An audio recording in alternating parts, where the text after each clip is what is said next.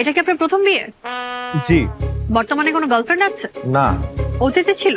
না, অতীত বর্তমান কোনো কালেই কোনো গার্লফ্রেন্ড ছিল না। কেন ছিল না? আমি কখনো কোনো প্রেম করিনি তাই। কেন প্রেম করেন?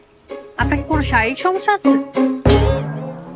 আসতে আপনি এই ধরনের প্রশ্ন এত উচ্চ স্বরে কেন বলছেন?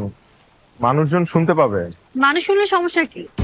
আর তাছাড়া আমাদের কথা কেউ শুনছে না, সবাই নিজেদেরকে নিয়ে ব্যস্ত। তো আমি দেখতে পাচ্ছি যে কিছু মানুষ তাকাচ্ছে এখানে।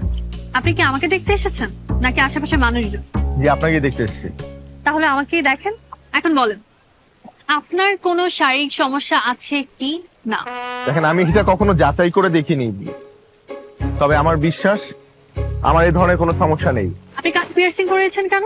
এটা ম্যাগনেট, আপনি চাইলে আমি আপনাকে খুলে না দেখাই। না না, লাগবে না। আপনার শরীরে কোনো ট্যাটু আছে? একটাও নেই। আপনি চাইলে আমি আপনাকে। না না না, থাক। আপনি আমাকে এতগুলো প্রশ্ন করছেন কেন? কারণ আপনি কানাডা থাকেন, অথচ আপনার গার্লফ্রেন্ড নেই, কখনো প্রেমও করেননি। ব্যাপারটা কেমন অস্বাভাবিক না? অস্বাভাবিক না। আমি প্রেম করিনি কারণ আমি প্রেম করার মতো কাউকে খুঁজে পাইনি তাই। কারণ আমি পড়াশোনা নিয়ে ব্যস্ত ছিলাম। আর আমি সব সময় চাইতাম আমার সব ভালোবাসা জমা থাকুক আমার ওয়াইফের জন্য। শুনতে একটু ওল্ড স্কুল লাগলেও আমি এমনই। ড্রিঙ্ক করেন? জি।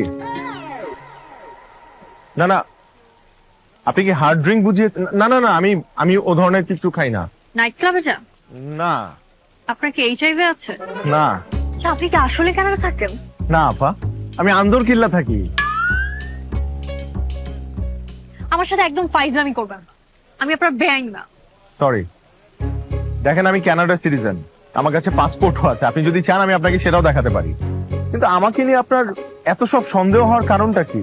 কারণ আপনি কানাডা থাকেন, অথচ ড্রিঙ্কস করেন না, গার্লফ্রেন্ড নেই, নাইট ক্লাবে যান না। ব্যাপারটা আমার কাছে নর্মাল লাগছে। দেখুন, একটা মানুষ দেশের বাইরে থাকে তার মানে তার এসব থাকতে হবে এর কোনো মানে নেই। আমি একজন পিওর মুসলিম। Thank you. আরো খাবার আছে না? হ্যাঁ, ওগুলো নিয়ে আসেন। Here. Thank you. আরো ফুড আছে মানে? আপনি কি আগেই খাবার অর্ডার দিয়ে রেখেছেন? জি। আমার কি পছন্দ অপছন্দ না জানি আপনি আমার জন্য খাবার অর্ডার দিয়ে দিলেন।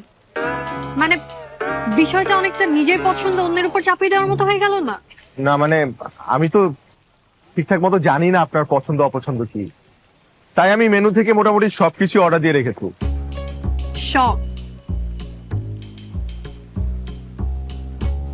সব খাবার অর্ডার দেওয়ার বিষয়টিও আমার পছন্দ হলো, কারণ এইটা একদিকে অর্থের অপচয়, আর অন্যদিকে আপনার নিজে